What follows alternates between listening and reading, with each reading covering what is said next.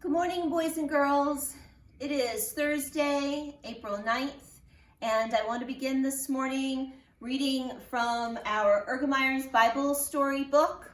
Yesterday when we read in the book, it was about Jesus being crucified on the cross, but the story is not done yet. While he died on the cross, we have so much more to read about today.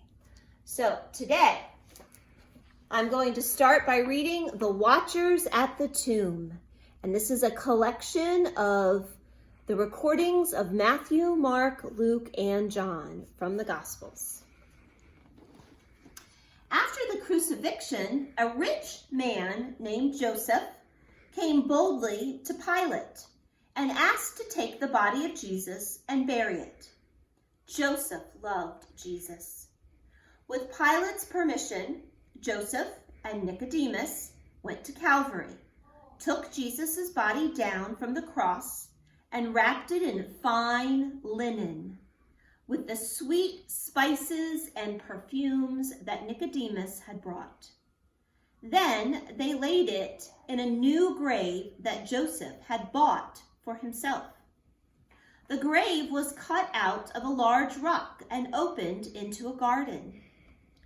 Jesus' enemies were afraid that his grave might be disturbed by his friends. Hurrying to Pilate, they said, "Sir, we remember that Jesus said, 'After 3 days I will rise again.'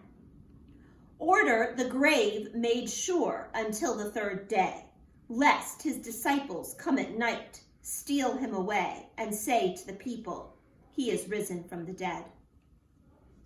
Pilate answered, "You have a guard. Go and make the grave as secure as you can." They went and made the grave sure by sealing the stone and setting a guard. The women who had watched Joseph and Nicodemus lay Jesus' body away, longed to show their love for him. After sunset the next day, when the Sabbath was ended, the women prepared sweet perfumes and planned to go early in the morning to anoint the body of Jesus. But the 11 sorrowing disciples hid themselves. They had forgotten that Jesus had said he would rise again on the 3rd day. Nothing seemed left for them now. The hours dragged slowly for the Roman soldiers who guarded Jesus' grave. No one had come. Perhaps they laughed at the Jews for being afraid. As dawn came, the ground began to tremble. Another earthquake had come. The frightened soldiers saw a mighty angel come down, roll the stone from the grave, and sit on it. The angel's face was like lightning, and his garments were as white as snow. The soldiers fell to the ground, trembling and helpless, and lay there as if they were dead.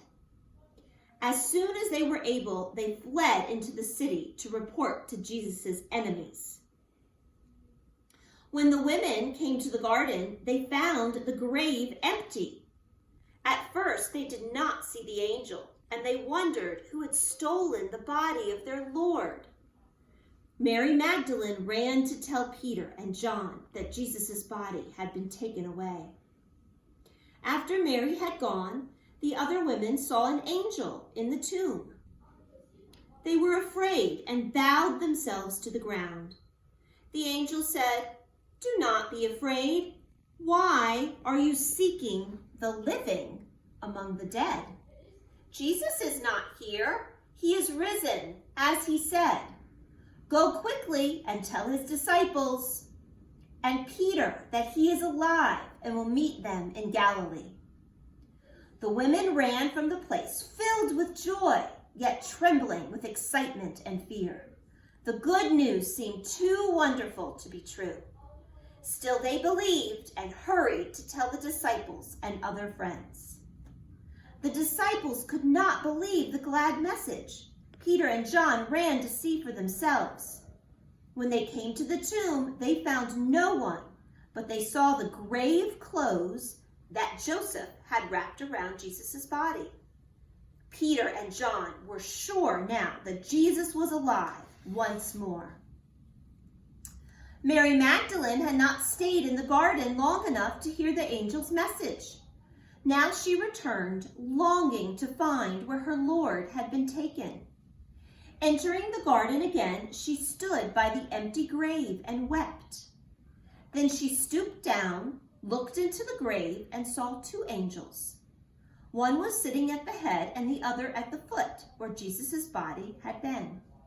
They said to her, "Woman, why are you weeping?" She replied, "Because they have taken away my Lord, and I do not know where they have laid him." Then, turning around, she saw Jesus standing near. But tears blinded her eyes, and she did not know him. He too asked, "Why do you weep?" Supposing him to be the gardener, she said, "Sir, if you have carried away my Lord, tell me, where have you laid him?" Then Jesus said, "Mary," and she knew his voice. What glad joy filled Mary's heart. She fell at his feet and cried, "Master!" Jesus said, "Go at once and tell my friends that I will ascend to my Father and your Father, to my God and your God." While these things were happening, the soldiers were telling the chief priests what had taken place in the garden. The chief priests were greatly alarmed. They quickly called Jesus' other enemies, and all wondered what to do.